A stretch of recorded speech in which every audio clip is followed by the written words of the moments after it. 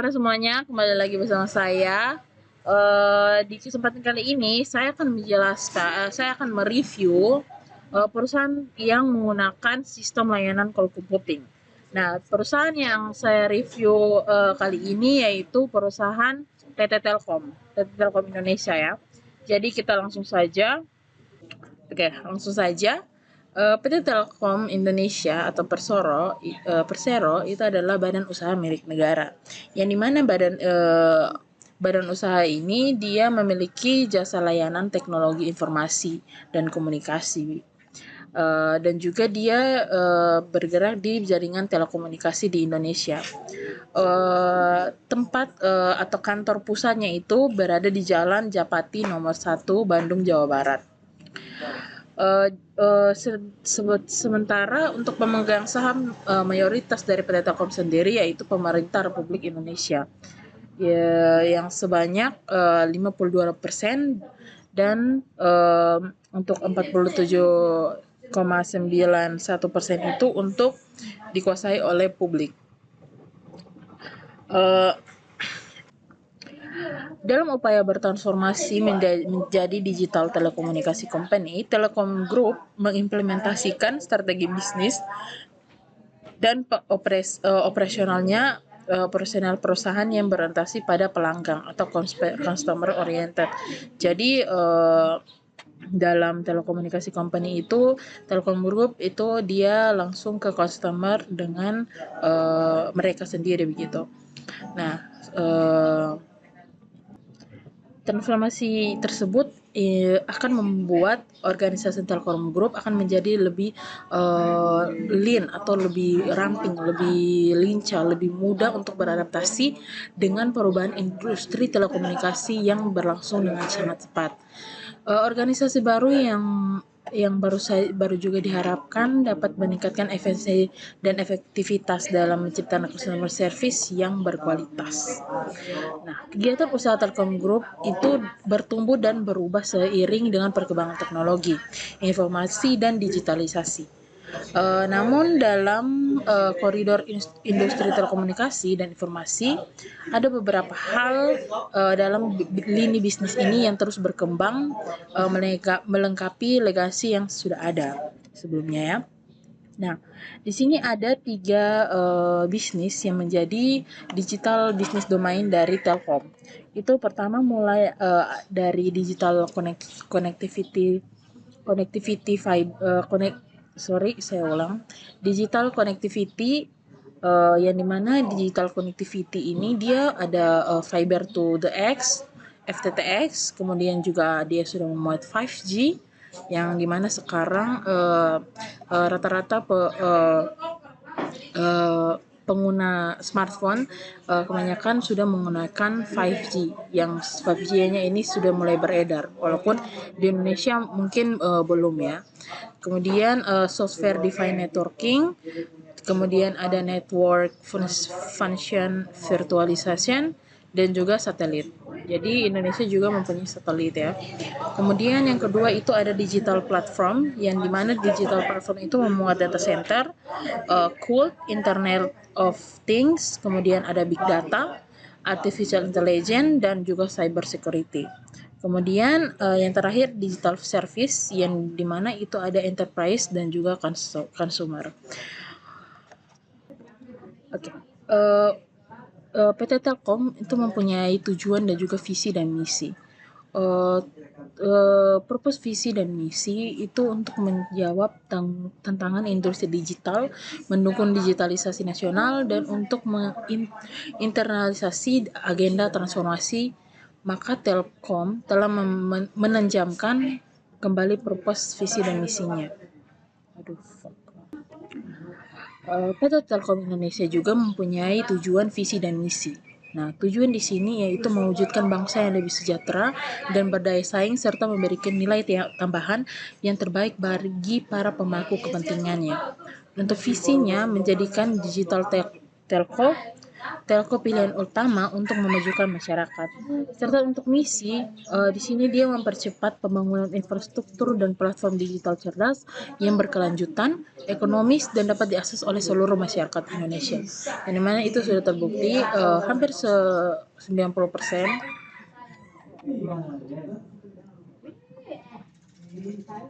Yang kedua, mengembangkan talenta digital unggulan yang membantu mendorong kemampuan digital dan tingkat adopsi digital bangsa.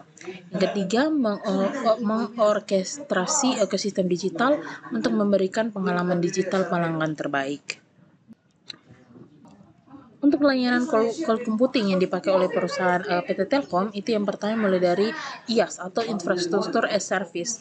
Nah, untuk infrastruktur as service itu merupakan bagian dari layanan cloud computing Telkom yang memungkinkan pelanggan mendapatkan sumber daya komputasi dan penyimpanan data atau storage melalui jaringan internet ataupun private WAN, sehingga pelanggan itu dapat menjalankan aplikasi yang dimilikinya tanpa perlu memikirkan penyediaan hardware ataupun fasilitas data center.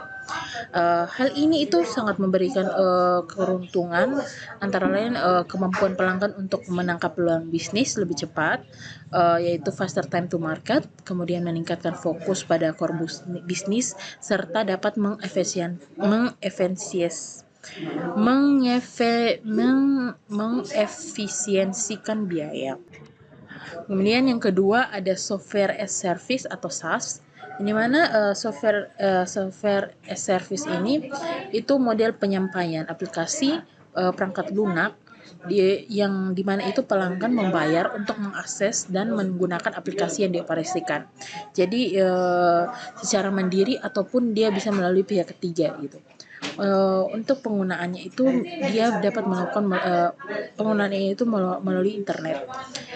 Telkom Gold SaaS itu merupakan solusi integritas menyediakan layanan aplikasi serta infrastruktur IT melalui layanan Gold. Nah, layanan ini sangat membantu perusahaan dalam mengakselerasi pertumbuhan bisnis. Untuk platform as a service atau PaaS, di sini layanan itu dia menyediakan cloud computing platform yang biasanya itu sudah terdapat dalam sistem operasi, database, web server, dan framework aplikasi. Nah, untuk menjalankan aplikasi yang telah dibuat, Telkom menawarkan layanannya itu pada pasar teknologi secara umum yang dapat digunakan oleh banyak orang, dan sasaran pelanggannya itu enterprise itu untuk usaha menengah UKM yang ada di sekitar Indonesia, dan diharapkan bisa menjadi suatu bisnis online yang dapat membantu memajukan suatu perusahaan. Perkembangan perusahaan Telkom dari tahun ke tahun. Kita mulai dari fase pertama. Dari fase pertama itu PT Telekomunikasi itu sudah ada sejak zaman Hindia Belanda yang dikelola oleh pihak swasta. Jadi dia belum jadi badan usaha milik negara.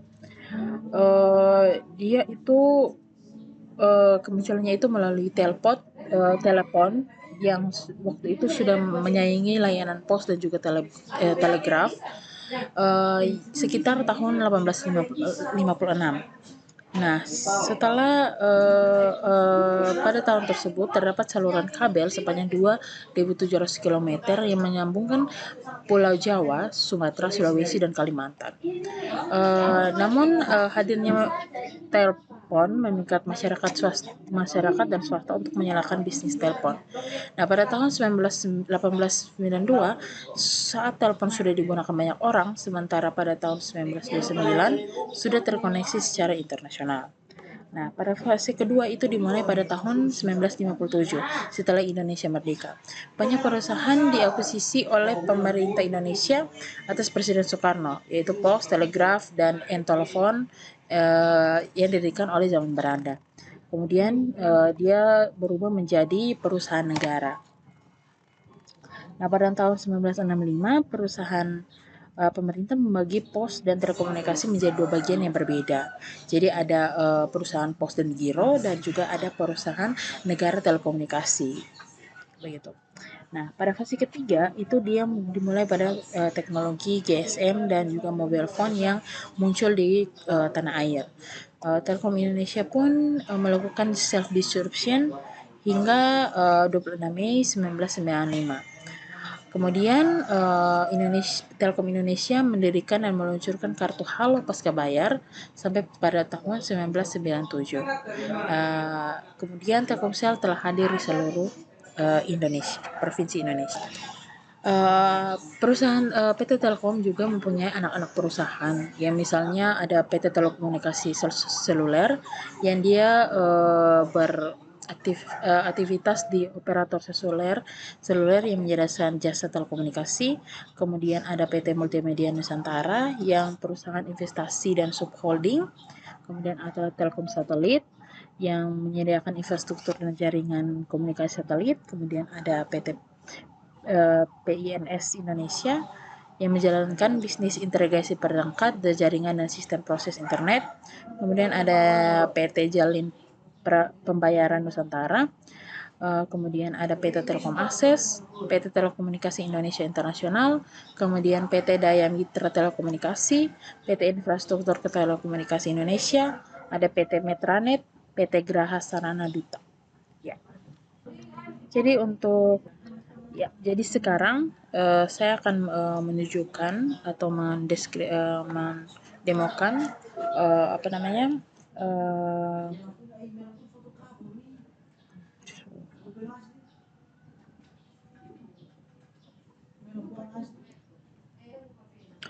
sekarang saya akan mendemokan bagaimana tampaknya Telkomsel atau aplikasi websitenya dari Telkomsel Indonesia. Kita akan buka telkomsel.com ya. Kita tunggu ya, sudah terbuka. Nah, ini adalah tampilan awal dari website Telkomsel. Nah, yang di sini itu kita bisa berbelanja dan menjelajahi promo-promo dan juga ada bantuan. Misalnya kita mencoba untuk belanja ya. Misalnya jadi misalnya di sini misalnya kita ingin isi pulsa. Nah, kita klik isi pulsa, kita tunggu sampai dia terbuka dulu.